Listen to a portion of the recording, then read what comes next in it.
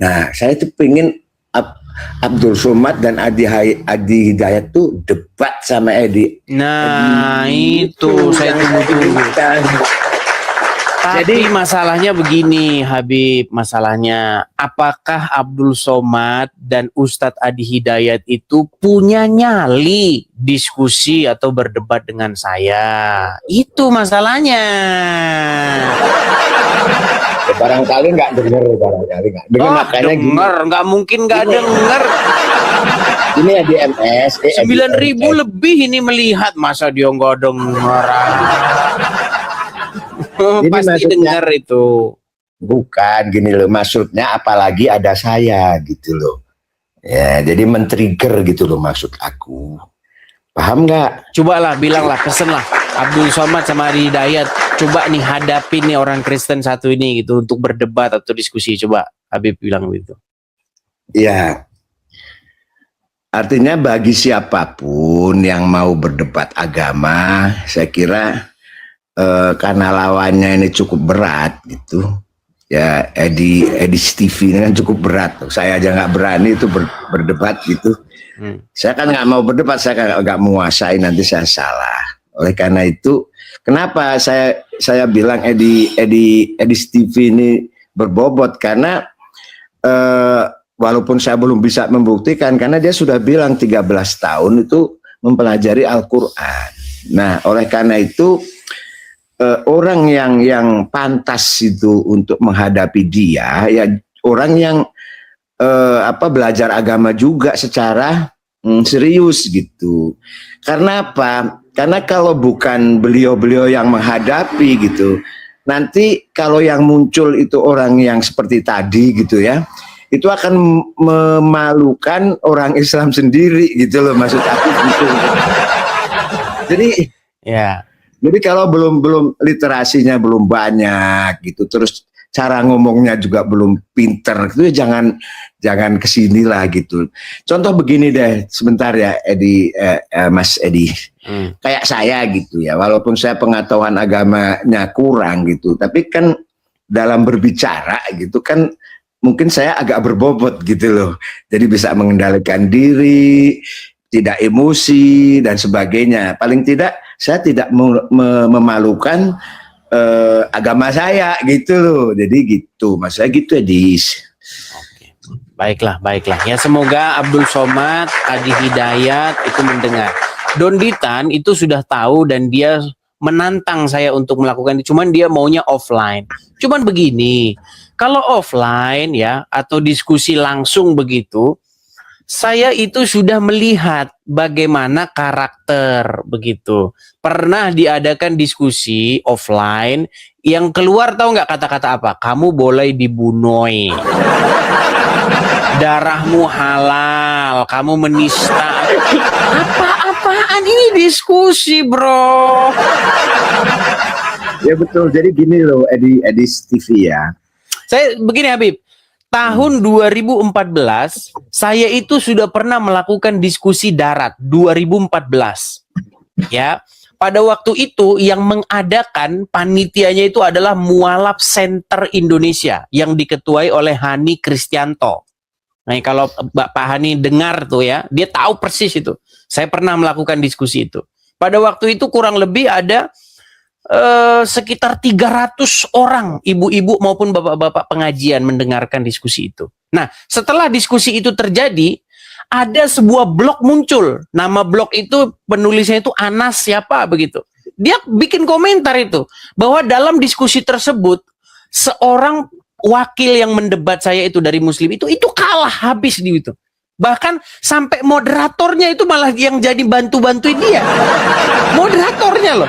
Jadi ada narasumber Islam, saya yang Kristen, debat diskusi kan. Pada waktu itu sebenarnya siapa pewaris iman Abraham, itu judulnya pada waktu itu.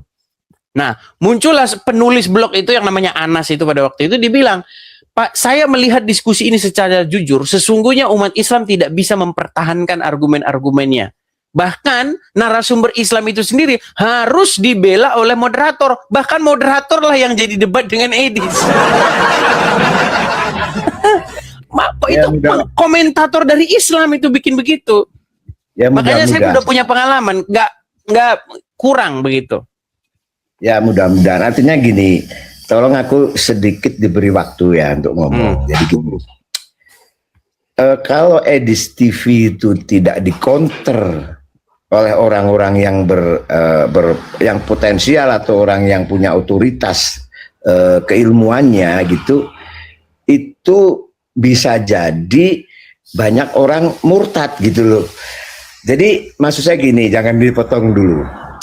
Kalau misalkan ini kan pengaruhnya banyak, lihat saja itu apa pengikut apa yang pemirsanya itu udah 99.000 gitu ya, dan kebanyakan orang Islam gitu kan.